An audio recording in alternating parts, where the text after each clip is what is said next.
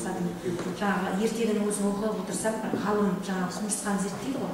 Құмырсқаның өзі бір кез келген пенденің өзі құмырсқаны шын өмірде қарасақ, соны өмірмен байланыстыруға бір керемет тақырып екен деп, тура сол жоспарлы сол тақырып келіп тұрген. Тура осы сабақ иә, сол сабақ келгеннен иә, сол тақырып сәйкес келгеннен кейін барып сол тақырыпты өзім таңдадым. Керемет бір өзімнің ойымнан шықты.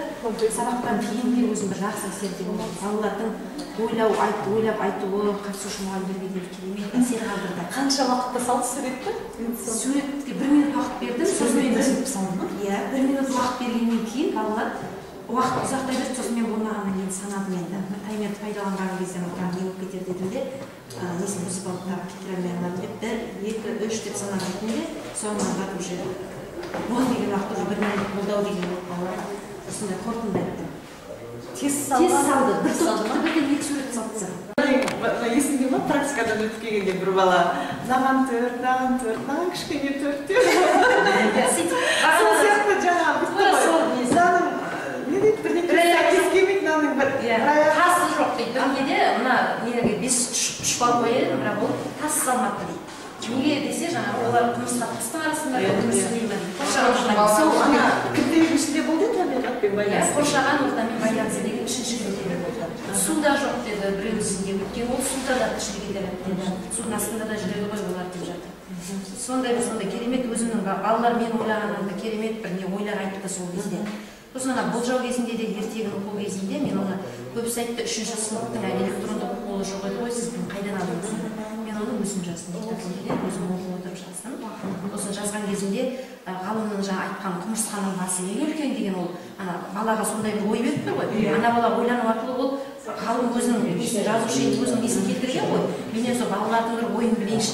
Кейбіреулер қызығып кітаптың алдында тапсырмалар жасайды. Балалар да сол кезде керемет ойланып, оның басы неге үлкен екен, ішінің құйрығы неге үлкен екен, неге ол бір дәнді тауыспаған, біз болсақ тауыспайды едік қой деген сияқты ойын айтып жатты сабақта. Сондай бір жақсы не болды. Бағалау кезінде де олардың ана 3 түрлі смайликтерінен нелерін қойып қойған бағалауға фишкаларды. Мысалға қызыл түстерге мен 2 балл деп жаздым, артына жазып қойдым. Сары түске 3 балл деп қойдым да, көк түске 1 балл дедім. Соңынан бағалаған кезде, мысалға менде 17 балл, анада 7 балл, анада 5 балл деп жатты ғой.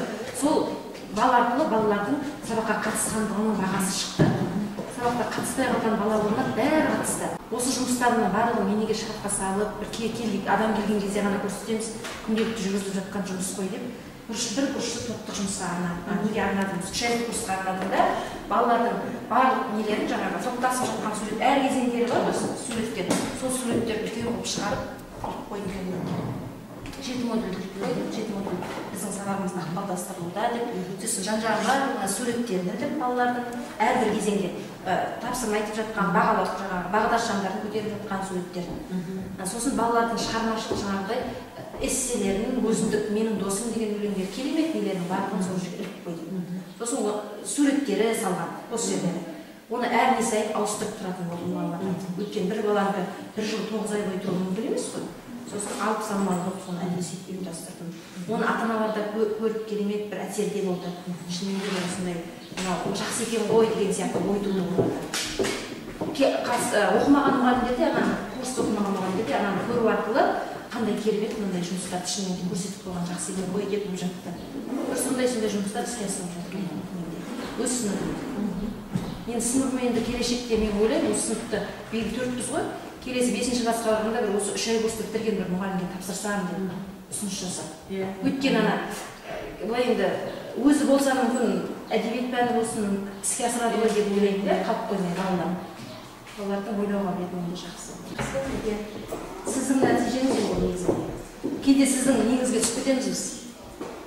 Сөйлеген сөзіміз, бір жүрісіміз, бұл тез деп. Уақыт. Сондай бір нелер енді.